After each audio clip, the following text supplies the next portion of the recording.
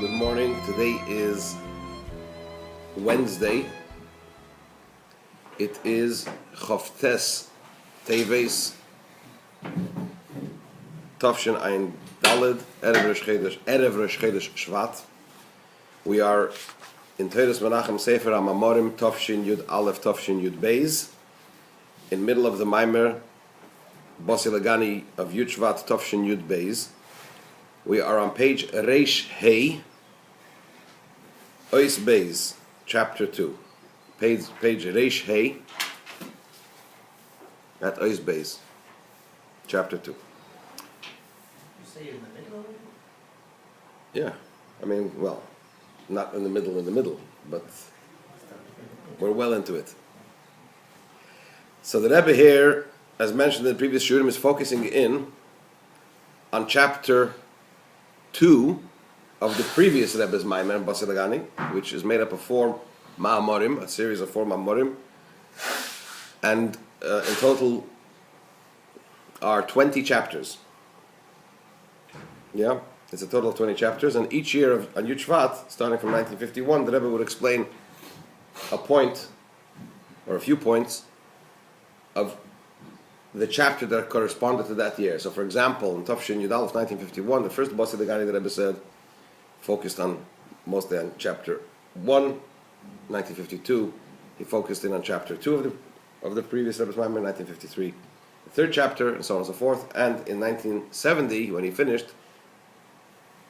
so in 1971, he started the cycle again, explaining another point in chapter 1 of the previous Rebbe's Maimer, etc., for the next 20 years. So this is Tavshin Yud Beis, the second Maimer Bosi Lgani that the Rebbe says. So it focuses in on chapter 2 of the previous Rebbe's Maimer. And the Rebbe here is focusing on the concept of making a temple for Hashem, a mikdash for Hashem, within each and every Jew. And the Rebbe is focusing in on the karbonis aspect that was performed, the service of bringing sacrificial offerings that was performed in the Beis HaMikdash. And the Rebbe explained that the performance, the bringing of the sacrificial offering entailed 2 aspects. First of all, to make sure that the animal is whole, there are no blemishes, and then to bring the actual sacrificial offering. And in Avodas Hashem, in man's service of Hashem, this also is reflected in that before a person becomes close to Hashem, which is the idea of a korban from expression of kiruv, as he brought from Sefer HaBoyer, becoming close, the person has to make sure that his animal soul and his guf, his physical body, are whole, meaning to say that there's nothing there are no blemishes, no spiritual blemishes there that hinder him from becoming close to Hashem. And then, once he's made sure that that's the case, he brings a sacrificial offering to Hashem, meaning to say, he draws out the energy from physical experience and invests that energy into godly and holy experience through serving Hashem, knowing Hashem in all his ways, in all one's ways, as it were, and furthermore, actually transforming physical and material objects into holiness, for example, through the performance of mitzvahs, where the objects actually become holy objects and godly objects. So now the idea of davening is the korban was to replace davening. Avodah Shebelev, correct, yes. But here he's talking about the general concept of man serving Hashem is the concept of korban, beruchnius.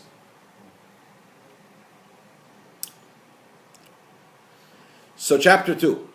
Omnom, however, kasher yizbein and b'mamodei matzavei, when a person will contemplate his situation and his condition, v'adaita the nafshi kanal, and he will contemplate his situation and condition properly, he will actually focus in on it in a manner that it concerns him deeply. So in other words, he will make a proper calculation where one is up to spiritually. Then many times he will see and he will be convinced that even if now he is not a master of sin, meaning to say he's not a sinner presently, his behavior is appropriate. Mikol Mokim, nonetheless, Hine v'chatosi negdi samid, my sin is before me always, as King David says in Psalm 51, that despite the fact when David Melech was talking about feeling remorseful and doing tshuva, so he says the sin that I committed or the sins that I committed are before me always. What does that mean? The Alter Rebbe explains v'chatosi negdi samid, my sin is always before me. What does that mean? If a person already did tshuva, so then his sin is wiped away. But the Alter Rebbe explains in Tanya that a person has to feel that at the level that he is today, the tshuva that he did for his sins is meaningless. Since a person has gone up to a higher level, he has to do tshuva at the higher level. Right? But here he's focusing in on it. It actually means more basic even. That even though the person's behavior now is correct, nevertheless, my sin is before me always. What does that mean? The sins that one has committed during the course of one's life, included among them are also those that one has done before one was bar mitzvah. As the Middle Rebbe writes in his Maimer known as Pekeach Ivrim. There was a famous story, without going into too many details. There was a great chassid of the Alter Rebbe. His name was Rabbi Yosef of Beshenkovich. He lived in Beshenkovich. He was a tremendous lamdan, a tremendous Oved Hashem, tremendous scholar, a real quality individual. And when he turned in his 70s, he was by the Alter Rebbe for Yechidus. And the Alter Rebbe said to him that for your Sheresh and Neshama, for your soul, for the source of your soul, it's better for you to become a balagola, a wagon driver. He came back. It's a long story. It's a beautiful, beautiful story. I'm not going to go into all the details now, but the bottom line is he came home. He was heartbroken. He walked around completely dazed. His wife finally said to him, "What's going on?" And then he went to one of his chassidim, one of his friends, and he said, "What do you mean? If the Rebbe gave you such an instruction, you should be dancing from joy." Bottom line is, he went to the coachman. He learned how to become a balagola, a coachman, but he didn't compromise on his Hasidic behavior. He would daven every day until he had kept the shiurim. So he was, as it were, a laid-back kind of balagola. He only traveled a certain amount of hours a day. I think Friday he didn't travel, right? And if you wanted to hire him, you knew that you're going on a slow pace. You're not going to get anywhere in a hurry. Long story short, he ended up one time in a certain inn, and a nobleman came there. Turned out that he was a Jew. Turned out that it was this man wanted to go on a certain journey, and he was in a rush, and he wanted the Yosef to take him. He says, "Look, I have my schedule. If you want me to drive you, then you'll have to fit into my schedule." Bottom line is, he heard him davening. He was a Jew, this nobleman. But he had left his wife. He had a wife and kids, Jewish kids, and then he unfortunately got friendly with the Poritz, and he left his family, and he married the Poritz's daughter. The kid said he became very remorseful, and he started doing tshuva, and he was on his deathbed. He became very ill. Then he received news that his wife, his Goysha wife, and his kids had a terrible accident, and they drowned in the river, and they thought that he's going to be upset, and that actually caused him to be happy, and he became better, etc., etc. He became a full Baal Tshuva. By that time, the Alter Rebbe had already passed away. He came to the Mittler Rebbe. The Mittler Rebbe gave him a tikkun tshuva, a way of doing tshuva, and he wrote Pekeach Ivrim specifically for this man. So he gives him instructions. It's chapters and chapters. He gives him instructions, first of all, explaining what happens when a person doesn't behave appropriately and what tshuva he needs to do. And ultimately, after that, the Mittler Rebbe finally said to Rabbi Yosef, he said, "My father made from a rov," I think that was the expression, a coachman, and I will make from a coachman a mashpia. He sent him back to Beshenkovich, and he became the mashpia of the spiritual mentor of the chassidim there, and lived out the golden years of his life in a form of, more in line with doing more in line with what seemed more appropriate for his, as it were, qualifications. But nonetheless, this was what the Alter Rebbe said to him. He should become a Balagol specifically for this man. But the bottom line is that in that Pekeach Ivrim, that's called, the Pekeach Ivrim means the one that opens up the eyes of the blind. So that was something that the Mittler Rebbe authored specifically for this individual, this Baal Tshuva, and there he writes to him that he needs to focus in on his misdeeds, including those that he did before his bar mitzvah. So that's what the Rebbe is referring to over here.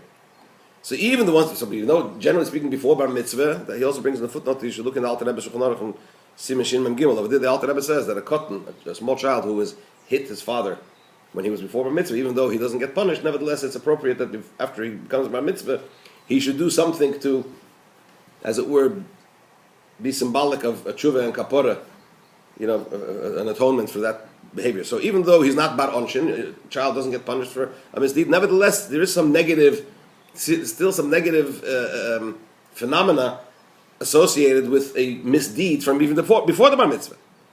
So as the Mittler Rebbe says, so all those misdeeds exist now. Because we're talking about somebody who hasn't yet corrected them. And a clear proof that they haven't yet been corrected, that he hasn't yet corrected those misdeeds, is because if in fact he would have done, if he had done proper tshuva, proper returning, then not only wouldn't he be in a situation where, as the Mishnah says in Ovis, a misdeed drags along, causes another misdeed. So not only that, wouldn't he have, but on the contrary, as a result of the fact that he became a full-fledged Baal Teshuvah, then his serving of Hashem, his service of Hashem from now going forward, should have been with greater energy than it was up until this point. Because the fact that he was previously in a land of darkness and death, destruction and death, this would have awakened him, a tremendous passion, godliness, even a greater passion than he had before. And that's not the case. But when he contemplates his true situation and condition, without being lenient on himself, top of page Reish Vav, and without deceiving himself at all. In other words, if one focuses in and makes a proper cheshbon, a proper calculation, a spiritual calculation, what's going on? He feels in his soul totally the opposite of this condition of having tremendous passion and godliness, and not being in a state of an Aveda dragging and bringing along another Aveda. This Denis Nasalik is not only hasn't his previous situation and condition brought him to this tremendous love, which causes intentional sins to become as merits, as the Gemara says in Yumen, as the Alter Rebbe explains in Tanya.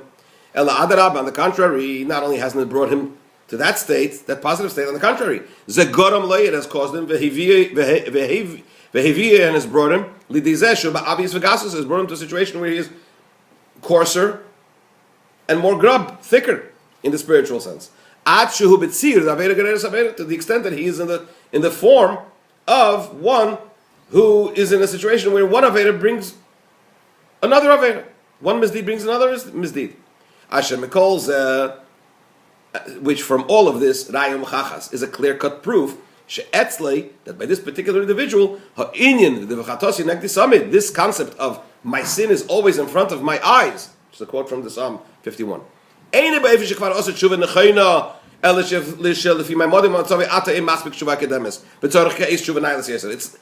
is proof that the concept of my sin is always before my eyes is not in a manner that he has already done appropriate tshuva, and it's merely that according to his new situation, his higher spiritual condition, the previous returning is not enough, and now he has to do a higher tshuva, as the Alter Rebbe explains in Tanya, as mentioned before. So by him, it's not like this. Ki'im, by this particular individual, he's in a state where he hasn't yet corrected at all those things that need correction. And they are a curtain that separates between him and his God in heaven. And it blocks and it hinders him from serving Hashem. As the Alter Rebbe explains in Tanya, that before one wants to start serving Hashem properly, one has to do tshuva for the things that one has not done appropriately, because they don't allow him. They are like a barrier between him and Hashem. So first you have to remove the barrier, and once the barrier is removed, you can then go on and start becoming close to Hashem. So he's in a situation where there are these barriers. So when he will contemplate all of this, and he also knows, along with this contemplation of his, truly contemplate his true condition, and along with this he also knows the tremendous greatness of the concept of karbanos, of sacrificial offerings, in the spiritual sense, which is the idea of bringing close one's abilities and faculties to Hashem and his talents to Hashem, to the extent that all of this is consumed and taken into the fire of above, into the spiritual fire. What does that mean? As he's going to explain that later. And the secret of sacrificial offerings rises up all the way to the secret of the infinite, as is going to be explained later. So on the one hand, he sees how low he is. On the other hand, one is aware of the tremendous greatness of korban in the spiritual sense. So he questions himself. He asks himself a very strong question. What kind of association, what kind of connection do I have to the concept of karbanos, the spiritual concept of karbanos? How will I possibly become accepted as an offering before Hashem? And I have no wholesomeness and completeness within me. I'm totally inadequate. In order to remove this question, my father-in-law, the Rebbe, adds he adds to the explanation that the Alter Rebbe gives to the word mikem. If you remember, the Alter Rebbe said, it says in the verse, Adam ki yakriv mikem korban Hashem. The Alter Rebbe, which means a person who will bring from you an offering to Hashem. The Alter Rebbe said, that should have said, Adam mikem ki yakriv, a man among you who will bring an offering to Hashem. And the Alter Rebbe explained that Adam ki yakriv mikem means indeed that a person who wants to bring a korban, mikem korban Hashem. The korban is from you. The person has to bring of himself to Hashem. So that's the pirush of the Alter Rebbe. The previous Rebbe adds to that, and he says, mikem, hainu mikem, from you, and he adds the words, ubochem hadavar toli. And upon you, from you, and upon you, this matter depends. This matter depends on yourself. Das is abhängig von euch allein. This is dependent upon you yourselves, upon you alone. Shemibli habit al mamad matzave, which means that not looking on a person's condition and situation, without paying attention to the actual condition and situation of the person realistically, as mentioned before. Val kol masha overall and everything that has passed over this person up until now, all his experience. Sheyedei and nigei levave. He knows the blemishes of his heart. He knows where he really is. Nonetheless, this matter, this idea of becoming close to Hashem, is dependent upon you. You could do it. You could actually do it. To the extent that each and every individual could say, Masai yagiu maisai, when will my actions reach? Lemaisai avoisai Avram Yitzchak Yaakov, the level of the actions of my fathers, Abraham, Isaac, and Jacob. V'zeu mikem korban lahavaya. This is the meaning. From you is this offering to Hashem, with the addition of the previous Rebbe. Bochem toli hadover. This matter is dependent on you. This matter of the korban lahavaya being an offering to Hashem, which means this karev or this achidim havaya, to become close and become united, become one with Hashem, is dependent on you, and you are able to do it. Now he goes in and explains another concept in korban, that the korban is lahavaya. The korban is to Yudke Vovke. What does that mean? The korban is to Hashem. But specifically, we're talking about Hashem as he expresses himself in Yudke Vovke, as opposed to what? Elikim.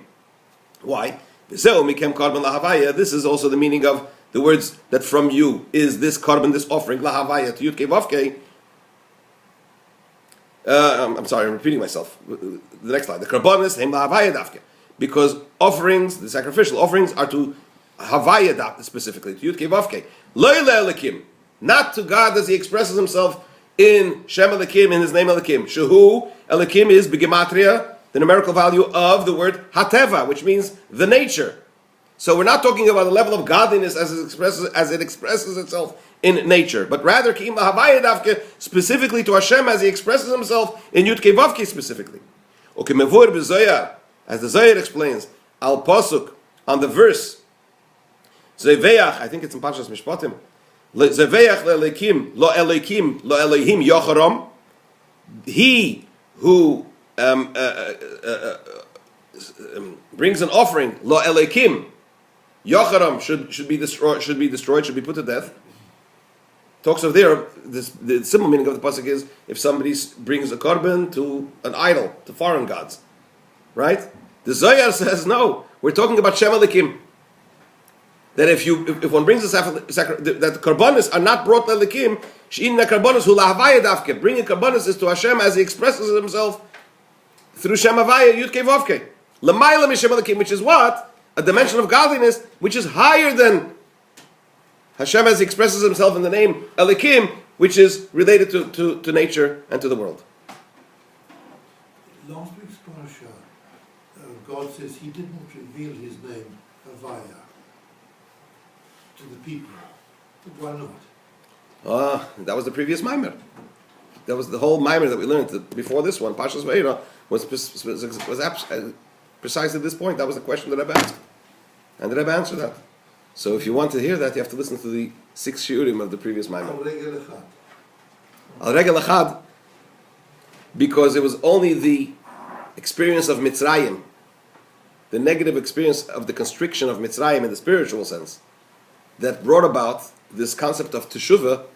When a person is in a condition of Mitzrayim, what does that mean in the spiritual sense? It means that a person is constricted in the sense that he feels that he's so distant from Hashem.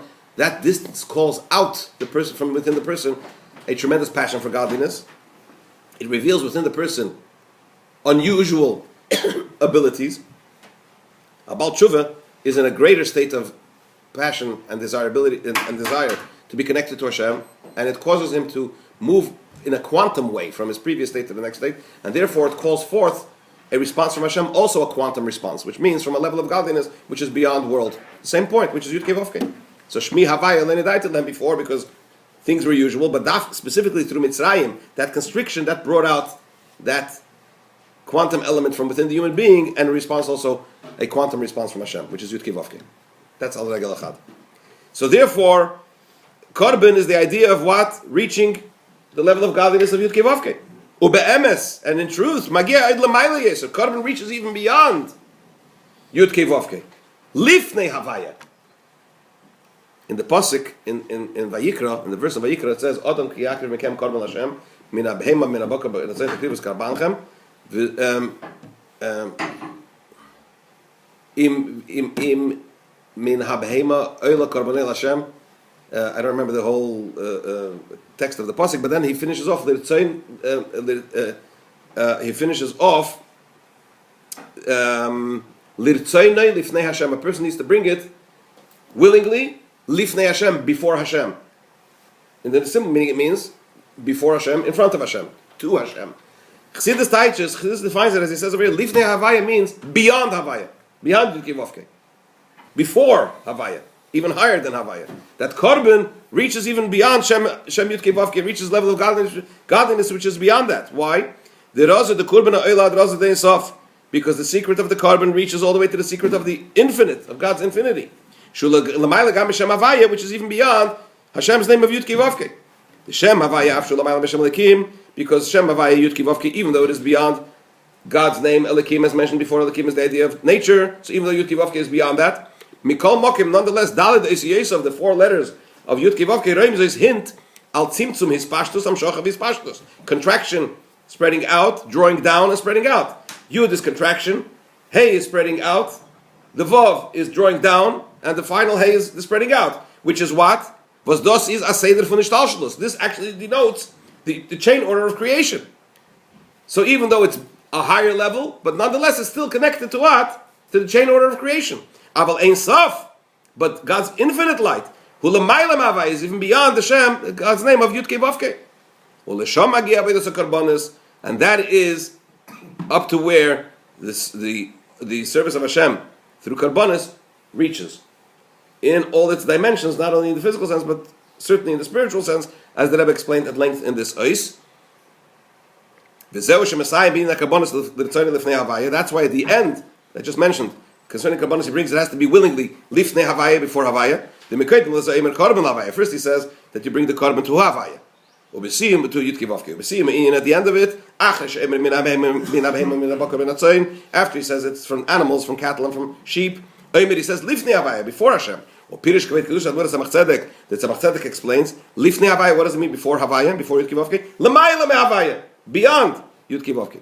V'zeu ina karbanos. This is the idea of karbanos. Sha'avodah hilei rak b'nefesh alikis. This is a service not only in the godly soul and with the godly soul, but also from the animal, from the cattle, and from the sheep, which is a reference to what? To the animal soul. Especially, particularly as it was in the actual temple, that it was possible to have this service of bringing sacrificial offerings to Hashem with an actual physical animal, which symbolized and actualized the serving of Hashem with a person's spiritual animal. Through this, one reaches even beyond Yud Kei Vav Kei, the secret of God's infinite light. Continue Mitzvah Hashem tomorrow.